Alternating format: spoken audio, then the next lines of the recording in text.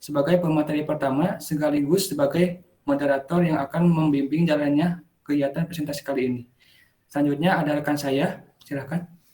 Ya, terima kasih. Perkenalkan, nama saya Arif Rahman Ahmad Hussein dengan NIM 211511009.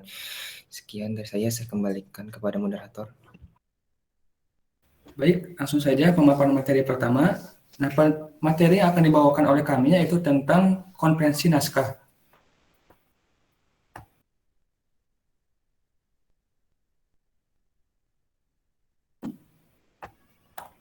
Apa itu konvensi naskah?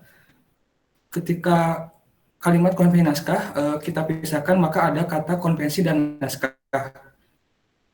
Konvensi sendiri dalam Kamus Besar Bahasa Indonesia yaitu sebuah tradisi atau adat istiadat yang telah tetap dan telah baku dalam sebuah masyarakat. Nah, sedangkan naskah merupakan tulisan tangan dari seseorang namun belum diterbitkan. Sehingga ketika disatukan, konvensi naskah merupakan sebuah tata aturan dalam penulisan sebuah naskah yang telah ditetapkan dan telah disepakati, lalu menjadi sebuah kelaziman untuk digunakan dalam penulisan sebuah naskah. Nah, tambahan juga, menurut Aryansa, seorang penulis aktif dari blog, dan ditambahkan juga penjelasan tentang kelaziman oleh Bapak Widyon HS yang merupakan ahli dalam bidang bahasa yang menulis juga buku tentang pengembangan kepribadian mahasiswa di perguruan tinggi dalam Indonesia. Kelaziman yang disebutkan yaitu kelaziman yang cenderung ditetapkan oleh para profesional di dalam berbagai bidang ilmu dan oleh para akademisi yang ditetapkan untuk penulisan sebuah naskah baik dalam perguruan tinggi di dalam negeri ataupun di luar negeri. Selanjutnya, dalam penulisan konvensi naskah tentu ada tadi disebutkan bahwa ada kaidah-kaidah atau aturan yang telah baku yang menjadi kelaziman. Ada 10 persyaratan yang harus diterapkan dalam pembuatan sebuah naskah. Perwajahan yang pertama, kedua ada penggunaan jenis huruf, yang ketiga ada penulisan bilangan dan satuan, yang keempat ada penomoran, kelima ada pembuatan halaman judul, yang keenam ada penulisan judul bab dan subbab, yang ketujuh ada pencantuman gambar, selanjutnya yang kedelapan ada pembuatan tabel, kesembilan ada pengorganisasian dan sistem simbol, dan yang terakhir ada pelampiran. Baik, saya akan menjelaskan persyaratan yang pertama yaitu perwajahan.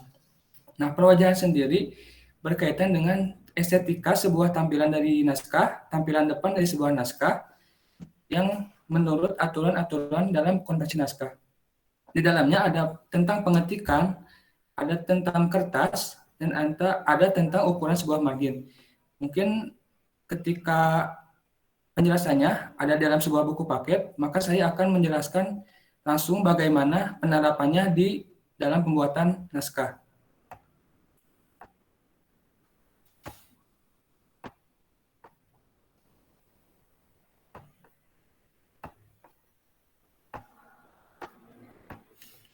Nah, baik, dalam pengetikan, dalam kertas ada dua jenis kertas yang disarankan dalam pembuatan konvensi naskah, yaitu kertas berjenis letter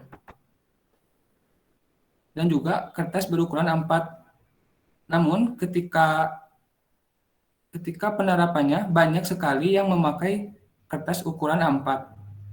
Yang kedua, dalam pengetikan ada dua jenis pengetikan, yaitu bentuk takuk ketika sebuah baris pertama dari paragraf yaitu menjorokkan 5-7 ketikan ke posisi kanan. Namun ketika memakai fitur di Microsoft Word, maka seperti yang biasa kita gunakan yaitu memakai tab untuk memulai sebuah paragraf.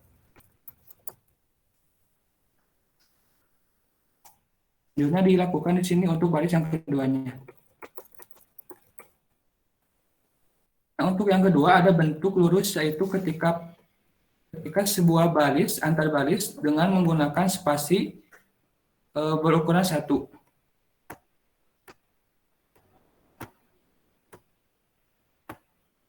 Untuk setiap paragrafnya, maka cukup dengan ukuran 1 enter saja, 1 kolom enter atau 1 kolom baris.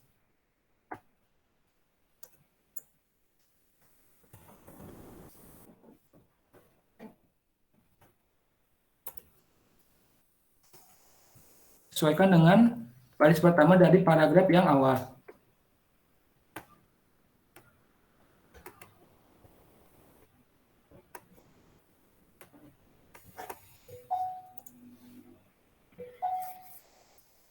Nah, untuk perwajahan sendiri, ukuran margin yang digunakan yaitu bagian atas dari sebuah margin 4 cm dari bagian atas, lalu 4 cm dari bagian kiri, dan masing-masing 3 cm bagian kanan dan bagian bawah. Kenapa begitu? Karena ketika sebuah naskah itu menggunakan cover, maka akan masih terlihat estetikanya, yaitu masih simetris dalam naskahnya. Nah, untuk naskah ketika digunakan untuk sebelum persidangan, maka cover yang digunakan yaitu subcover, dan jika untuk kebutuhan dokumentasi setelah persidangan, maka yang digunakan adalah hardcover. Selanjutnya ada persyaratan yang kedua, yaitu tentang penggunaan huruf. Huruf yang sering digunakan yaitu Times New Roman. Namun ada juga yang menganjurkan atau membolehkan menggunakan huruf berjenis Arial atau huruf berjenis Pika. Tapi ada juga yang berpendapat bahwa untuk jenis huruf Arial itu digunakan untuk bagian sebuah bab dalam sebuah naskah. Dan untuk Times New Roman itu digunakan untuk penjelasan atau definisi dari sebuah bab itu. Misalkan seperti ini.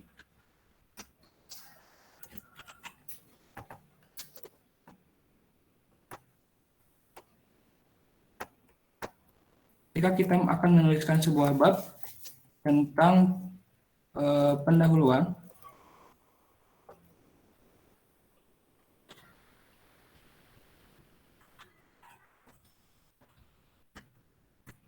maka jenis huruf yang disarankan yaitu jenis huruf Arial.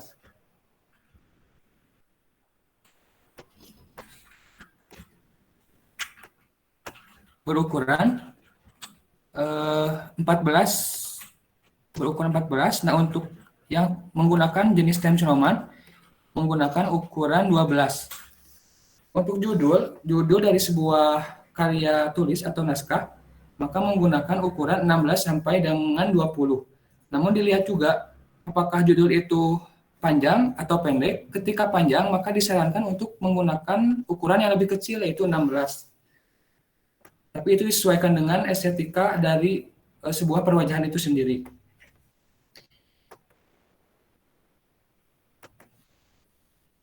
Selanjutnya ada persyaratan yang ketiga, yaitu tentang bilangan dan satuan. Nah, ketika bilangan dalam sebuah kalimat, ketika bilangan itu di bawah dari 10, maka menggunakan tulisan huruf. Misalkan 1.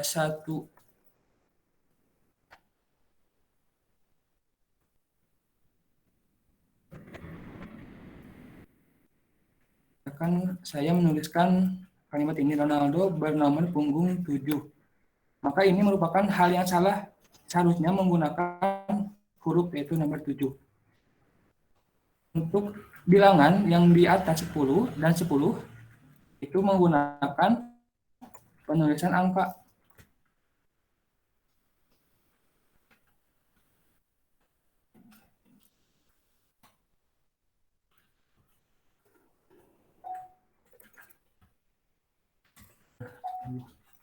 Namun dikecualikan ketika bilangan tersebut merupakan kata dari sebuah kalimat, kata awal dari sebuah kalimat, maka itu maka diterapkan penulisan bilangan dengan huruf 10 kilogram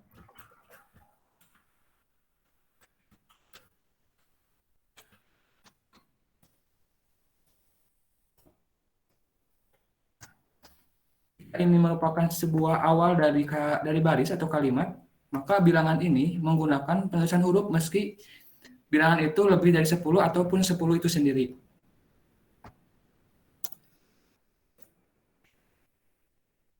Satuan ketika naskah itu merupakan naskah tentang ilmu pengetahuan yang memiliki satuan seperti fisika, misalkan kilometer, sentimeter, dan lain sebagainya, maka angka kuadrat yang diterapkan pada penyusunan naskah itu harus melayang atau menggunakan fitur equation.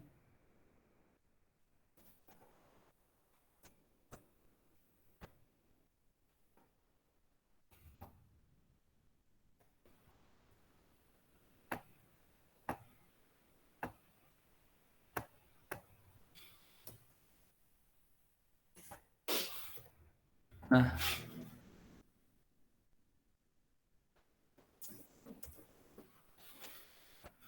jadi kuadrat itu harus memang tepat di atas dari sebuah satuan itu.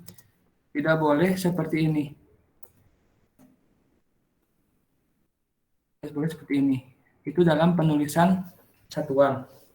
Selanjutnya persyaratan yang keempat yaitu penomoran. Nah, dalam penomoran ada 3 jenis bilangan yang digunakan, yaitu bilangan Romawi, Romawi besar, dan yang kedua ada bilangan Romawi kecil, dan yang ketiga ada bilangan Arab. Untuk bilangan Romawi besar itu digunakan dalam penomoran sebuah bab. Di sini ini Romawi besar, ini bab 3. Untuk Romawi kecil kita tahu bahwa ini digunakan dalam penomoran sebuah halaman untuk kata pengantar, daftar isi, daftar gambar, daftar tabel, dan halaman-halaman sebelum dari pembahasan. Yang ketiga, untuk penomoran angka Arab, itu digunakan untuk penomoran halaman dari pembahasan dan sampai akhir dari sebuah naskah, yaitu kesimpulan sampai daftar pustaka. Selanjutnya, untuk penomoran setiap subbab, ini ada 2 jenis penomoran. Yang pertama, ketika kita bisa lihat bahwa dalam buku paket, penomoran yang digunakan adalah seperti ini.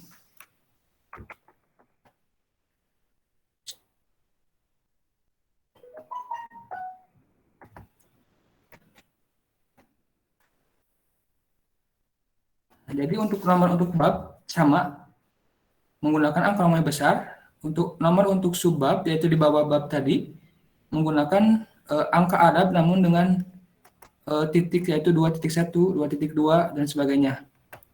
Mungkin saya akan membandingkan dengan penomoran yang saya temukan di situs seputar kuliah, yang perbedaannya terlihat di bagian penomoran subbab dan anak subbab, yaitu seperti ini.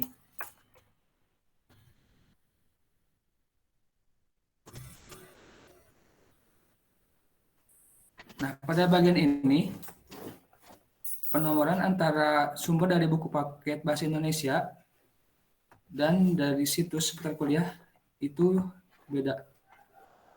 Di dalam situs seputar kuliah, nomor untuk subbab menggunakan huruf kapital, A, B, C, dan seterusnya. Dan untuk nomor penomoran anak subbabnya menggunakan angka Arab dengan tunggal gitu, 1, 2, 3. Tidak seperti yang di buku paket. Namun, saya juga membaca bahwa ketika disarankan dalam penulisan karya ilmiah, yaitu menggunakan format seperti ini. Mengapa? Karena dalam penulisan nomor untuk subbab dan anak subbabnya itu lebih praktis, itu lebih simpel dan tidak menempati ruangan dalam kertas yang terlalu besar. Baik, yang terakhir ada persyaratan tentang penulisan halaman judul.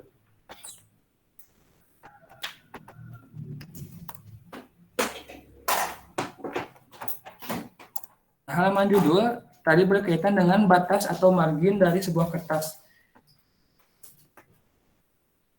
Jadi judul yang dituliskan dari margin atas, yang tadi 4 cm dari batas atas, itu memakai kaidah ketika baris pertama lebih panjang, maka baris yang kedua itu harus lebih pendek. Misalkan ini ya, menuliskan judul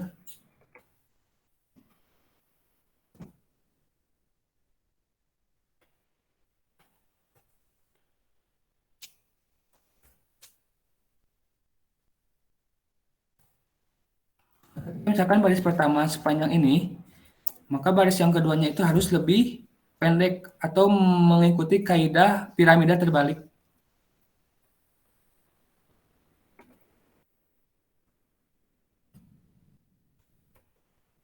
Ini.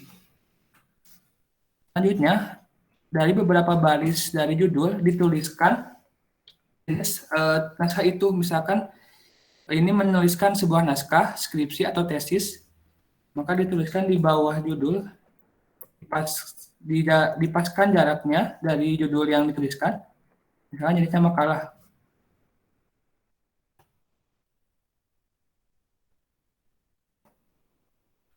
Nah, maka dituliskan di sini.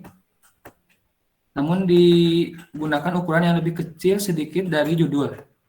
Selanjutnya, setelah menuliskan jenis naskah ini, dituliskan juga tujuan pembuatan naskah ini, seperti misalkan makalah ini dibuat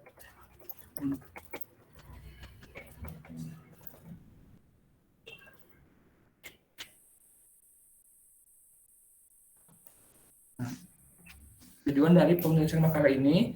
Selanjutnya ada yang kita tahu ada penerapan logo dari lembaga atau perguruan tinggi yang dari seorang pembuat penulis naskah itu. Sebelumnya ada nama penulis, misalkan siapa dengan NIM apa, tuliskan sebelum logo. Setelah logo, yang terakhir dari batas 3 cm dari batas bawah dituliskan lembaga, kota atau tempat naskah ini dibuat. Seperti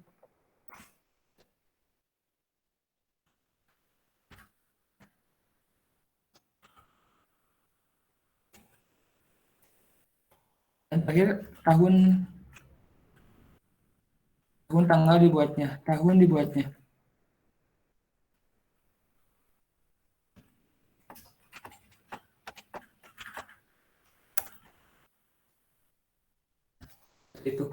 Itu untuk persyaratan dari pembuatan halaman judul. Selanjutnya persyaratan sisanya 5 lagi akan dijelaskan oleh rekan saya, yaitu Arif.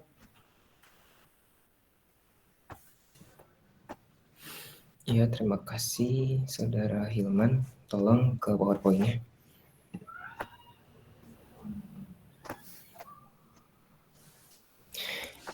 Jadi selanjutnya yaitu penulisan judul dan subbab. Yang pertama yaitu penulisan judul. Ada beberapa aturan harus kita patuhi. Yang pertama yaitu penomoran dalam subbab harus menggunakan angka Romawi. Kemudian selanjutnya semua huruf diketik secara kapital dan menggunakan format perintah berupa bold. Terus untuk contoh format penulisan menurut www.akademia.edu yaitu menggunakan Arial dengan besar 12 seperti yang tertera pada contoh PowerPoint. Kemudian yang kedua yaitu penulisan subbab. Dalam penulisan subbab ada juga aturan yang kita patuhi, antara lain yang pertama penomoran dalam subbab harus menggunakan huruf kapital seperti A besar, B besar, C besar, dan seterusnya. Kemudian huruf awal pada subbab wajib kapital dan hanya awalan saja yang menggunakan huruf kapital, sisanya biasa. Dan format penggunaan penulisan itu harus menggunakan format perintah berupa bold. Kemudian dalam penulisan dapat menggunakan berdasarkan www.akademia.edu dapat menggunakan font Arial dengan besar 10. Kemudian selanjutnya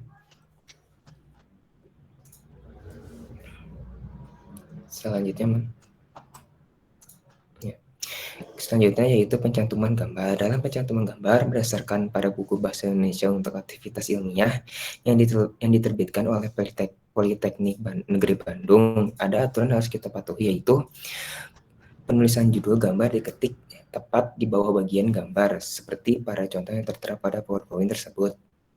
Kemudian dalam penulisan judul tersebut harus diberi keterangan seperti gambar 3.1 yang artinya gambar pertama pada bab ketiga. Kemudian selanjutnya yaitu pembuatan tabel. Dalam pembuatan tabel ada juga persyaratan atau aturan yang harus kita patuhi. Yang pertama, dalam penomoran pada tabel dapat diurutkan dari halaman terdepan sampai halaman terakhir atau paling belakang. Kemudian yang kedua, Judul pada tabel diletakkan secara simetris di atas tabel dan tanpa diakhiri dengan titik. Kemudian usahakan tabel tidak terpotong oleh pergantian halaman. Apabila terpotong harus dituliskan tabel lanjutan seperti yang tertera. Kemudian pengorganisasian dan sistem simbol. Tidak banyak untuk pengorganisasian dan sistem simbol. Pengorganisasi simbol memiliki fungsi untuk merapikan menata penulisan agar terlihat rapi serta tidak terlihat berantakan. Kemudian bisa dilihat yang tertera pada PowerPoint perbedaan mengikuti sesuai aturan dan tidak. Selanjutnya. Yang terakhir yaitu pelampiran. Pelampiran merupakan penjelasan tambahan yang dapat berupa sebuah uraian, gambar, perhitungan, grafik, atau tabel. Pelampiran merupakan penjelasan rinci dari apa yang disajikan di bagian-bagian terkait sebelumnya, seperti pada contoh tertera, yaitu gambar 3.1 Politeknik Negeri Bandung. Gambar tersebut merupakan salah satu gedung yang berada di kawasan Negeri Bandung. Sekian dari saya kembalikan kepada moderator. Baik, terima kasih untuk pemaparan materi kedua rekan saya Arif. Selanjutnya akan saya lanjutkan kepada sesi tanya jawab. Untuk teman-teman yang ingin bertanya, dipersilakan untuk raise hand.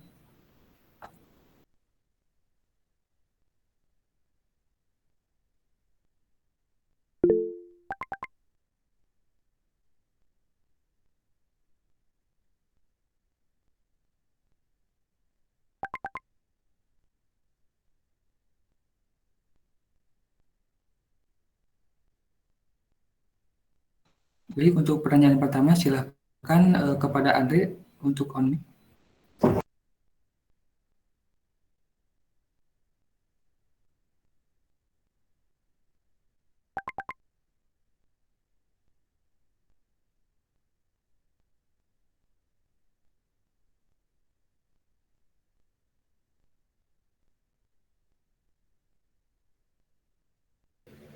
Baik, terima kasih Andre. Kita akan menampung dulu pertanyaan dari teman-teman.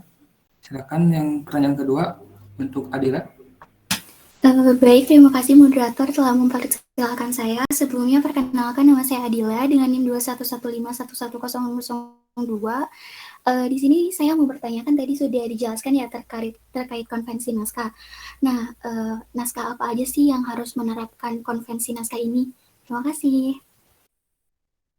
Baik, terima kasih Adila atas pertanyaannya. Selanjutnya untuk Muhammad Fadil, dipersilakan. Ya, baik Hilman, terima kasih atas kesempatannya. Di sini saya ingin bertanya mengenai apa bedanya aturan EBI dan penulisan konvensi naskah yang kan kelihatannya sama aja tuh tentang membahas tentang tata aturan penulisan. Nah, apa bedanya dari aturan EBI dan aturan penulisan konvensi naskah? Terima kasih Hilman. Baik, terima kasih Muhammad Fadil atas pertanyaannya. Selanjutnya pertanyaan yang keempat dari Aurel. Baik, terima kasih. Izin bertanya untuk bagian halaman judul. Tadi kan sudah dijelaskan ya untuk syarat penulisan halaman judul. Izin bertanya untuk kesalahan pada halaman judul. Nah, itu apa yang kita harus hindari terhadap kesalahan pada penulisan halaman judul? Terima kasih. Baik, terima kasih kembali untuk Aurel pertanyaannya. Kita akan menampung dulu empat pertanyaan dari teman-teman.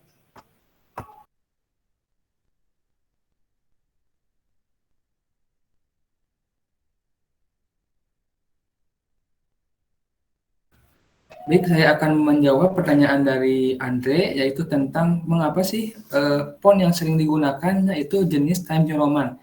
Nah, setelah saya baca dan melihat dari sumber-sumber, mengapa Times New Roman menjadi font yang paling populer dan sering terapkan khususnya dalam standar akademisi, karena font New Roman sendiri itu memiliki sifat readability, yaitu pembacaan atau kemampuan dalam pembacaannya itu lebih mudah dan lebih memakan kertas tidak terlalu banyak itu.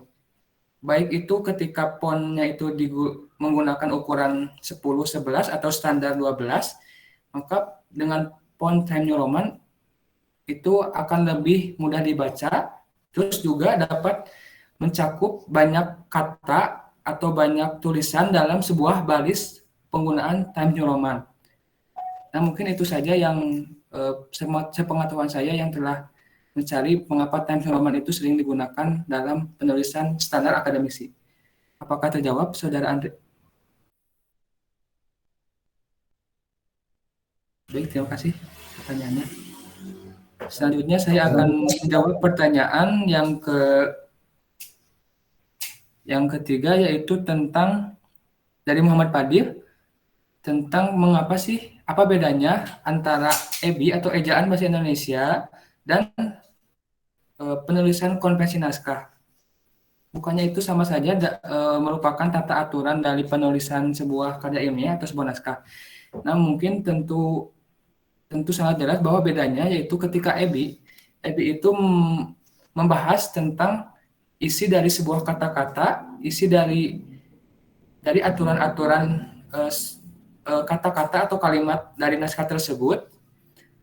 Sedangkan konvensi naskah itu merupakan aturan-aturan atau kaidah yang mengatur bagaimana tampilan atau estetika dari sebuah karya ilmiah atau sebuah naskah itu dapat menjadi ketertarikan, dapat menjadi baik dilihat oleh mata pembaca.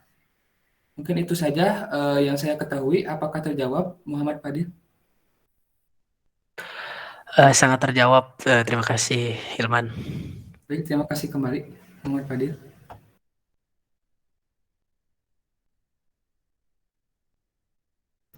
Saya izin menjawab yang Adila. Tadi pertanyaannya naskah apa saja yang menerapkan konvensi naskah, bukan? Iya, betul. Ya, jadi naskah formal. Jadi jawabannya itu naskah formal seperti buku, karya ilmiah, skripsi, tesis, dan sejenisnya yang memiliki nilai akademis kental dalam pembuatannya. Sebaliknya, naskah untuk drama, pidato, sebuah artikel di blog tidak diharuskan diterapkan pada konvensi naskah. Sekian, Adila, apakah terjawab? Oke, baik, sudah terjawab. Terima kasih, Arif. Ya, kemudian saya mau menjawab yang Aurel. Tadi itu kesalahan apa saja yang dihindari dalam penulisan judul, bukan Aurel?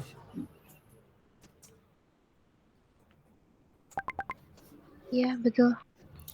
Jadi, yang pertama itu komposisi tidak menarik. Kemudian yang kedua, tidak estetik. Yang ketiga, hiasan gambar tidak relevan. Yang keempat, variasi huruf jenis huruf. Kemudian kata ditulis disusun oleh, terus kata nim/nrp, kemudian hiasan, tanda-tanda atau garis yang tidak berfungsi. Selanjutnya kata-kata yang berisi slogan, kemudian ungkapan emosional, dan terakhir menulis kata-kata atau kalimat yang tidak berfungsi. Apakah terjawab, Aurel? Sudah, terima kasih, Arif. Ya, saya kembalikan kepada moderator. Baik, untuk teman-teman yang mungkin masih ada pertanyaan, dipersilakan.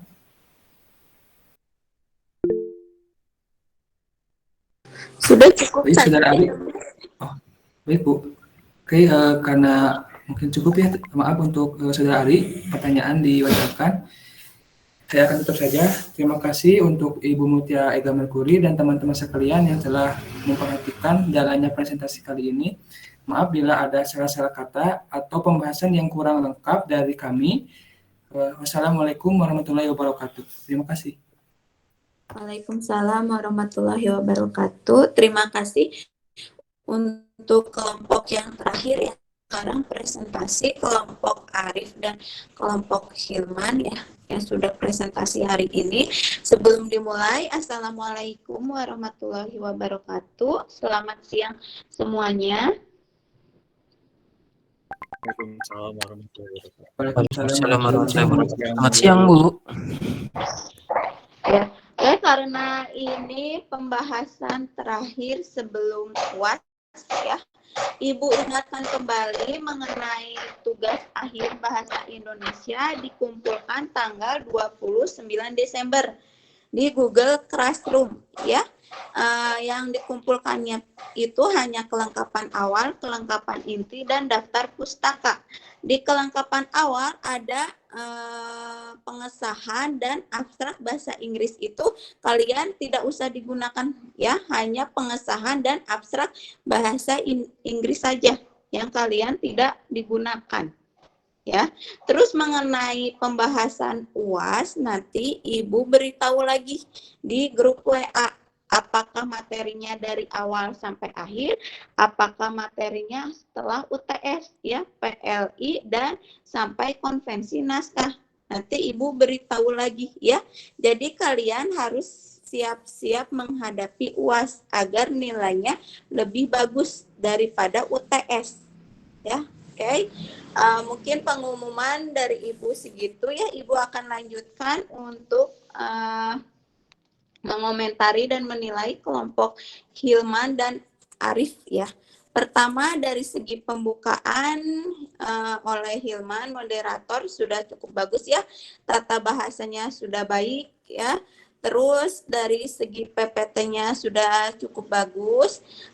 Sesuai dengan materi apa yang disampaikan di konvensi naskah, tidak terlalu banyak, dan Ibu sangat apresiasi sekali untuk kelompok Hilman dan Arif ya. Langsung ada contohnya oleh Hilman, disebutkan contohnya agar teman-teman paham ya, bukan hanya teorinya saja, tetapi Hilman langsung mencontohkan di dalam PPT ya, karena kalau pembahasan tidak usah dibahas ya, karena teman-teman sudah bisa membaca di buku bahasa Indonesia. Ini sudah lengkap, hanya saja contohnya ya. Nah, sudah bagus ya Hilman mencontohkan dari perwajahan ya, terus bagaimana marginnya, bagaimana bab, subbab ya, paragraf. Nah, sudah disampaikan oleh Hilman ya.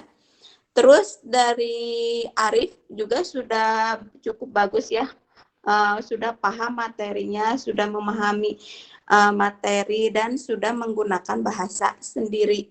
Terus dari sesi tanya jawab pun jawabannya menurut Ibu sudah cukup bagus ya, tapi ada beberapa hal yang menurut Ibu jawabannya kurang ya.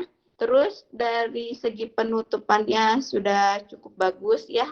Hilman sangat semangat sekali ya akan bagaimana ada pertanyaan selanjutnya. Nanti yang tadi yang mau bertanya silakan tanyakan ke Ibu saja ya. Terus Ibu akan menilai dari makalah. Bentar ya, Ibu lihat dulu.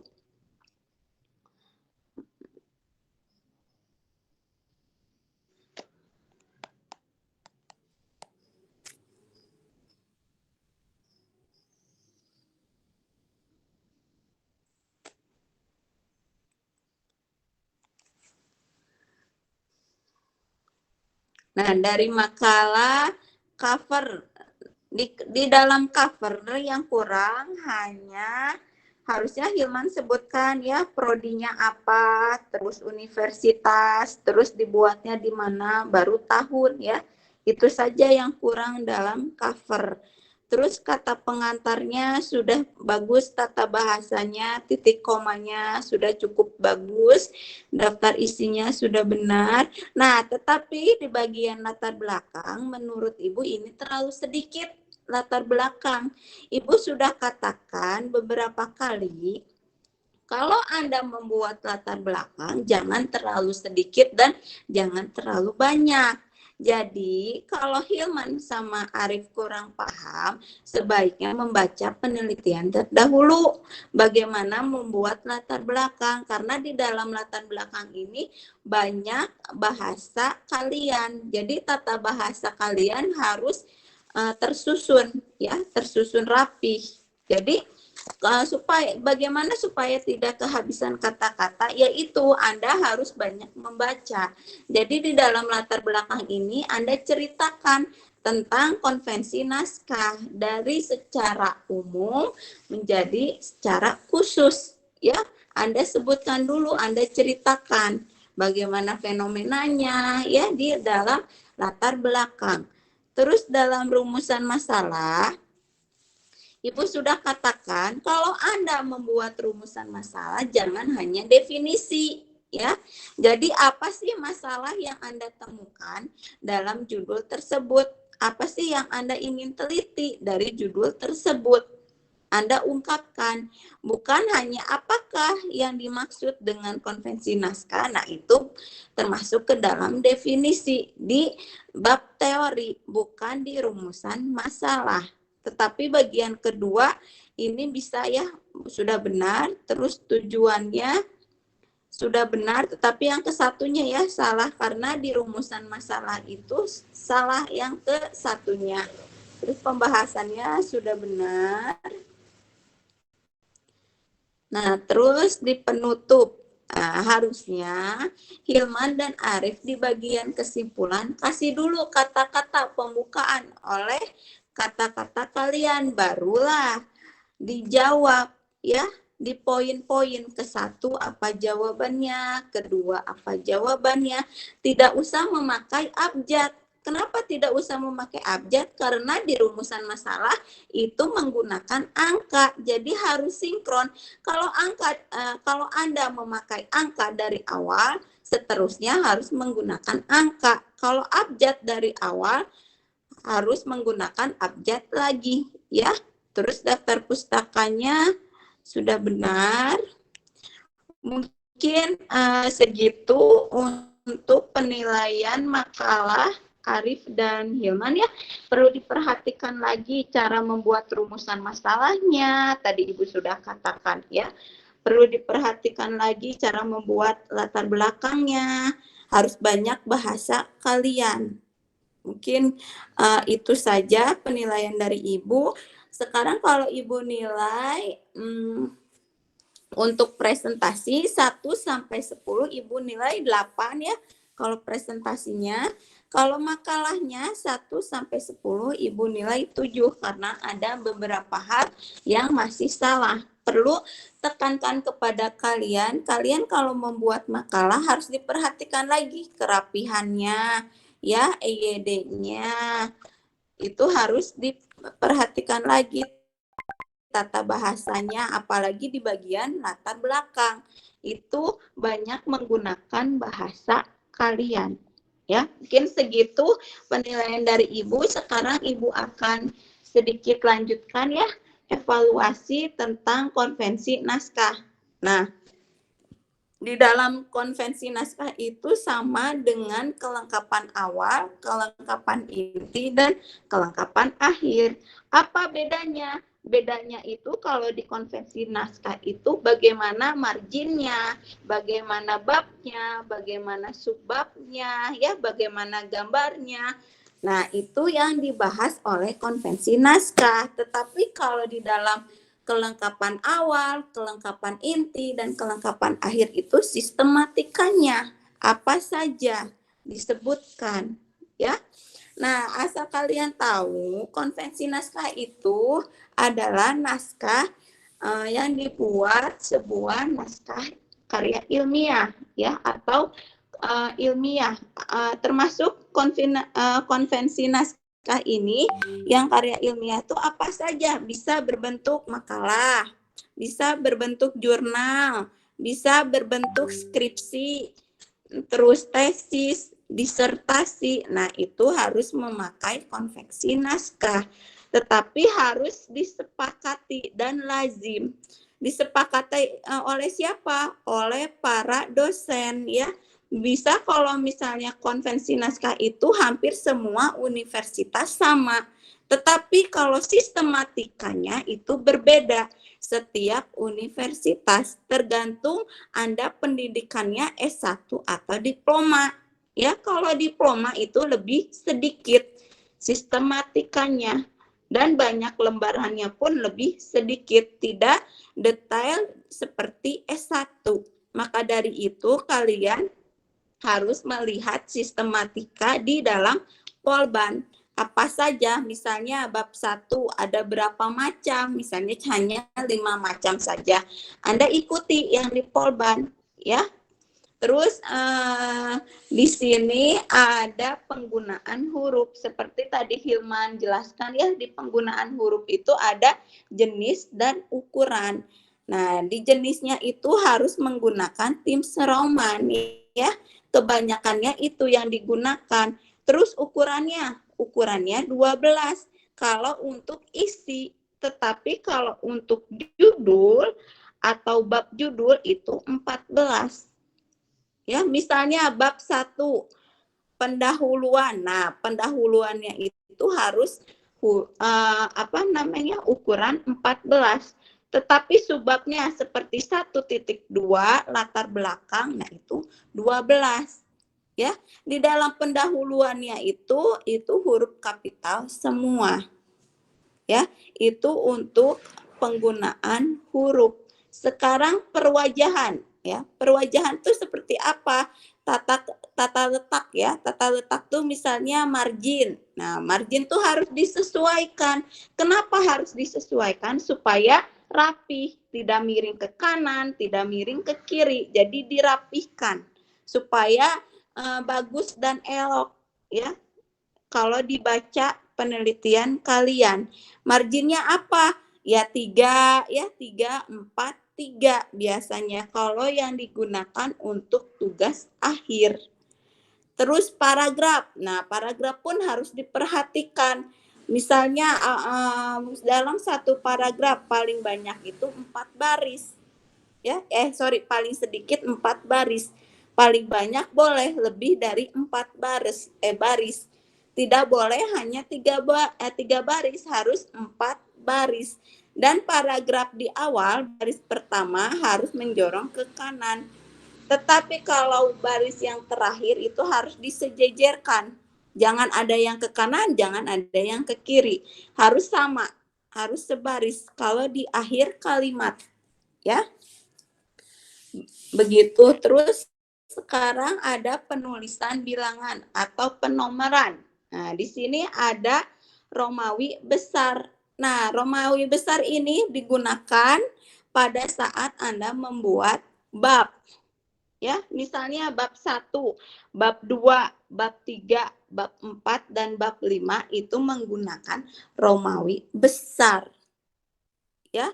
Terus kalau misalnya subbabnya ada digunakan apa? Angka Arab. Angka Arab itu seperti apa? Misalnya 1.1 itu latar belakang. Nah, latar belakangnya itu L-nya yang huruf pertamanya besar, ya. B-nya yang huruf pertamanya besar, kesananya huruf kecil. Jangan huruf kapital semua kalau subbab. Kecuali kalau bab, ya. Kalau bab boleh huruf kapital semua.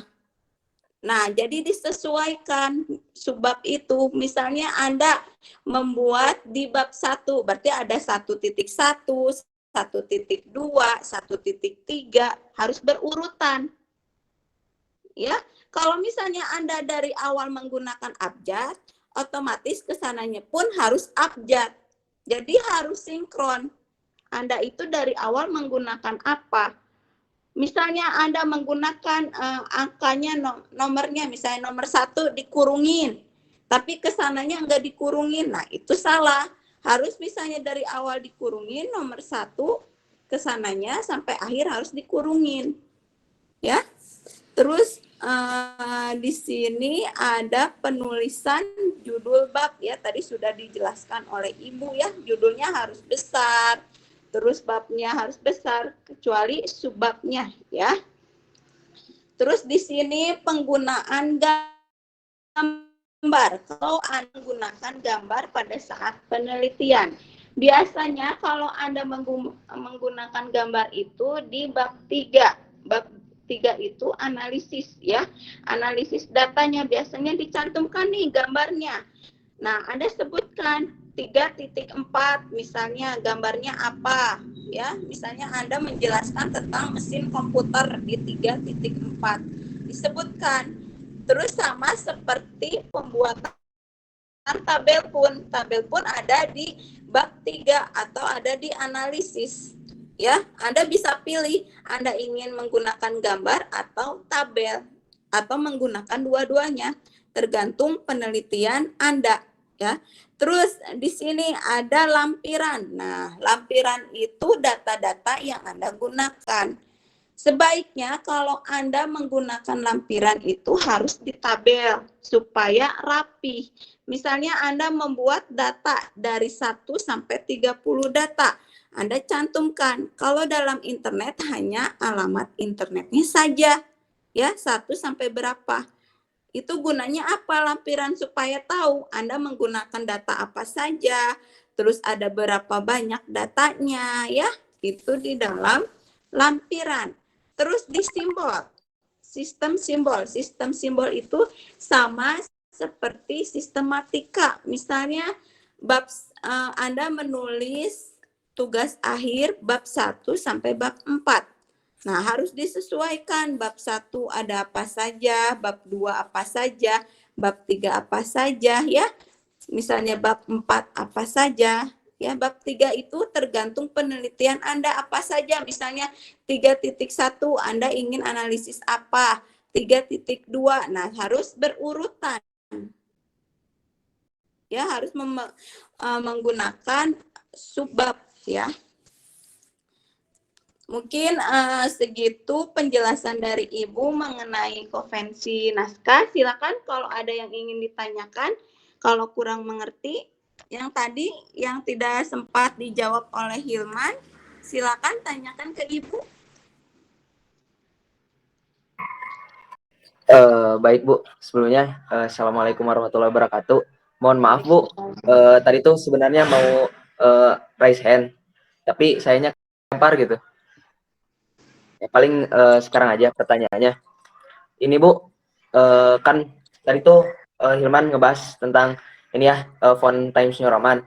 Ya mungkin kalau pertanyaan saya tuh ini Bu, mengapa gitu pada bagian judul bab itu menggunakan ukuran huruf 14 dan pada bagian subjudul itu menggunakan huruf 12? Itu teh ada alasannya gak Bu? Mungkin cukup dari saya, terima kasih.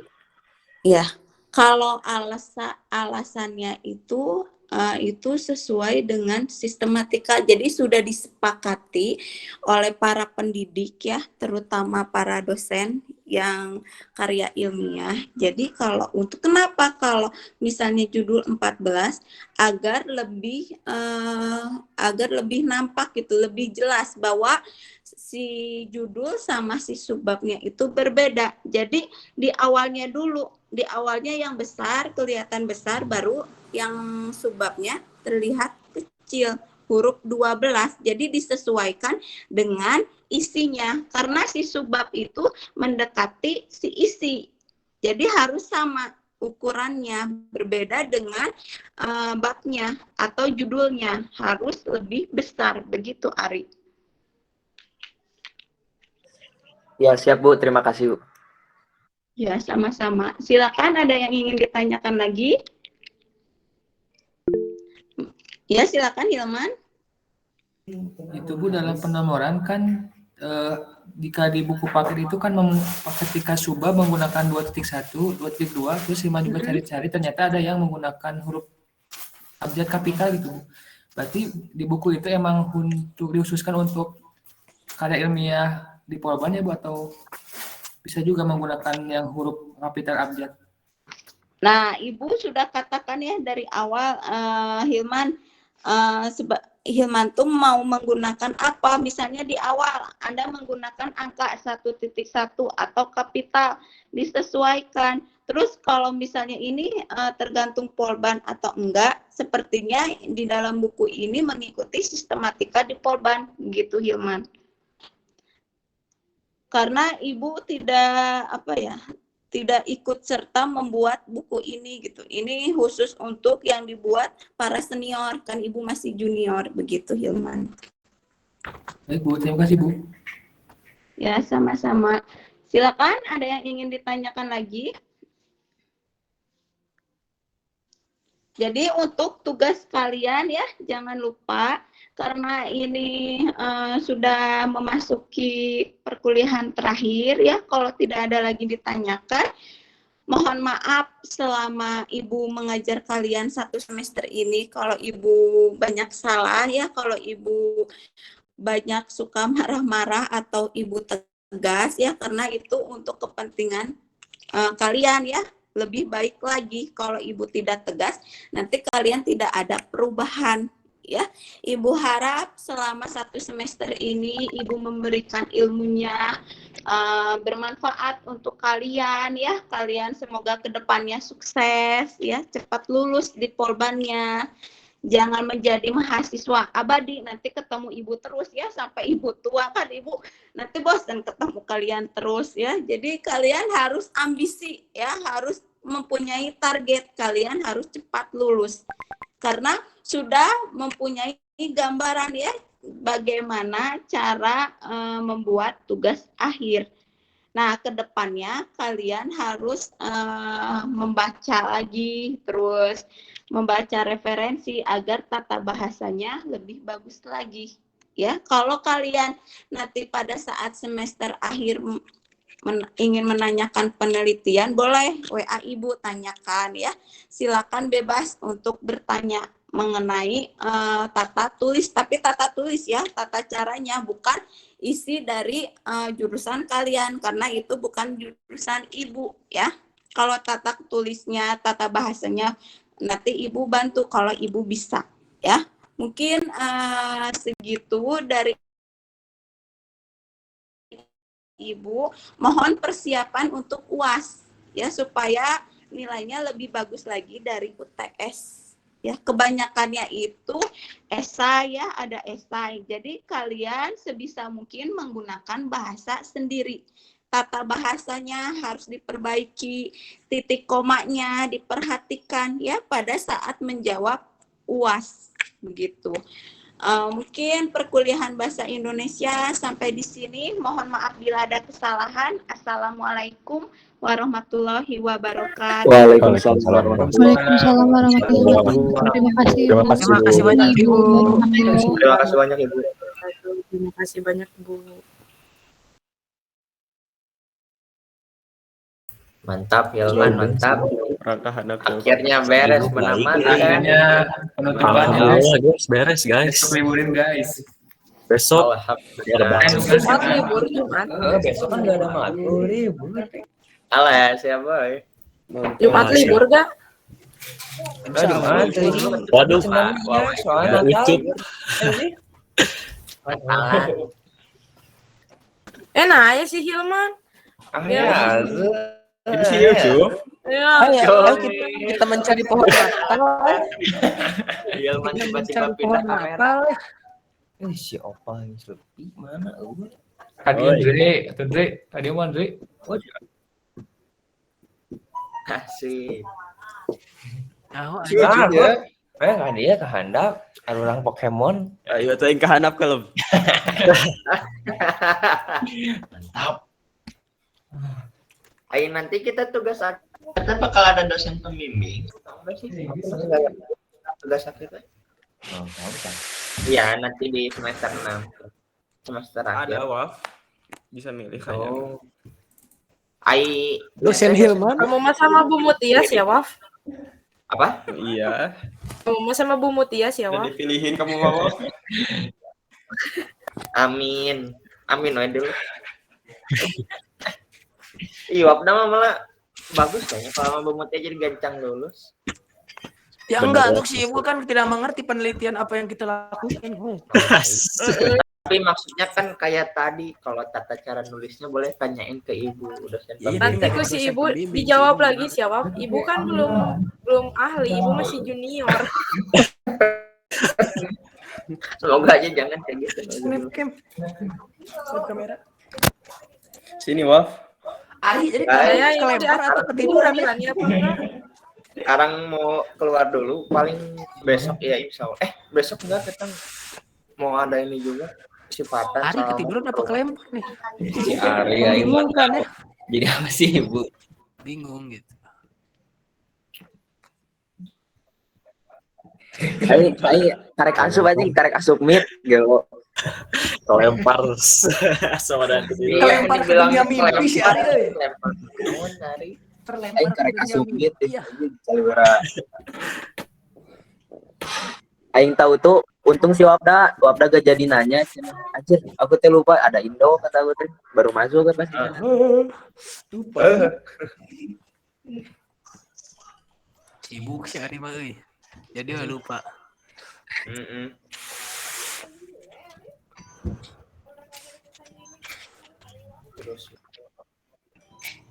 Anjing. Tugas akhir kan bakal ada wawancara juga kan.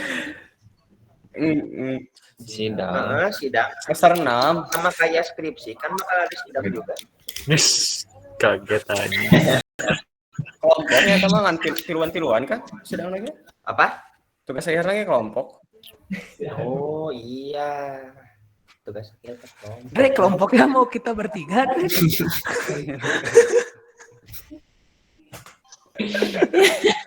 Gimana?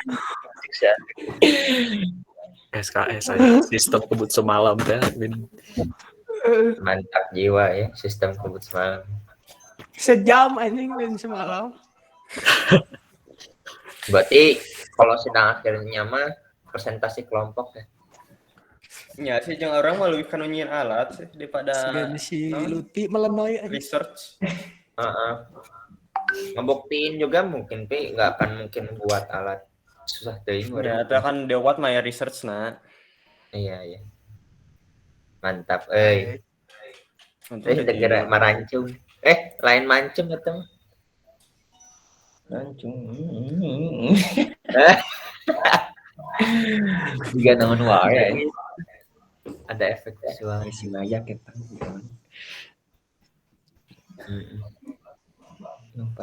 Dragon Ball anjing. Bosen pisan. Dragon Ball sih. Lu sih. Main Switch ya. Wih, Aing bawa hanap ya. punya Gas